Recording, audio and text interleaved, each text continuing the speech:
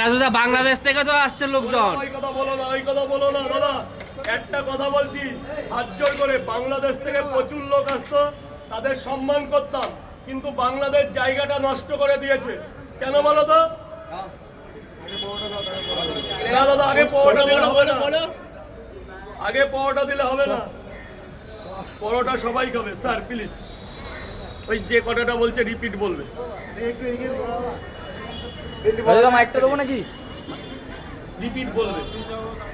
রাজুদা বাংলাদেশ থেকে তো লোকজন আসছে তোমার সাথে দেখা করার জন্য। এটা আর বলো না, ওই ওদের নাম মুখে এনো না। প্রচুর লোক আসতো, প্রচুর ভালোবাসতাম। কি করেছে জানো? আমাদের মতো হিন্দু ভাইকে জ্বালিয়ে পুড়িয়ে মেরে দিয়ে ধিক্কার জানালাম। বাংলাদেশকে যেই ভালোবাসতাম সেই বাংলাদেশকে ধিক্কার জানালাম। আমার ইন্ডিয়া, আমার আই লাভ ইন্ডিয়া যদি মনে করে সেকেন্ডের মধ্যে বাংলাদেশকে তামা করে দিতে পারে। বাংলাদেশ ভুলে গেছে ৭১-এর কথা। আজকে আমাদের প্রাক্তন প্রধানমন্ত্রী ইন্দিরা গান্ধী যদি না থাকতো, ওই সোনার বাংলাদেশ কোনোদিন গঠিত হতো না। কি বাবা, ইন্দিরা গান্ধী যদি না থাকতো, কিন্তু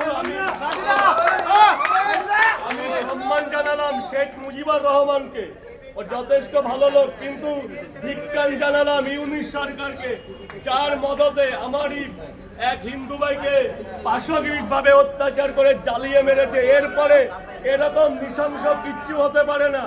তোদের ভারতকে ইন্ডিয়াকে তোরা কি বলছে, মানে ইন্ডিয়াকে ওরা বিরোধিতা করছে। তাই ইন্ডিয়ার পরে না আসলে তোরা চলতে পারবি না। আর আমাদের ইন্ডিয়ান বয়রা যদি তোদের বাংলাদেশে হিসু করে দেয়, তোরা ডুবে যাবি। আমরা শুধু দাঁড়িয়ে, এখানে মা আছে তো, আমরা শুধু বেনাপোল বর্ডারে দাঁড়িয়ে তীরের বেগে হিসু করে দেবো, তোরা ভেসে চলে যাবি মায়ানমারে। ধিক্কার জানালাম বাংলাদেশকে, ধিক্কার। এইরকম নৃশংস হত্যা, সেও তো কোনো মায়ের সন্তান, এরকম যেন না করে কখনো। আর তোরা প্রস্তুত থাক, বাংলাদেশ বলছি, তোরা আমার যা হবে, তোরা প্রস্তুত থাক। আমার ইন্ডিয়া গভর্নমেন্ট তোদের সাথে লড়তে এনি টাইম আমরা রাজি। রাজুদা জিও, এটা বলা দরকার ছিল না। ফাটিয়ে দিল পুরো।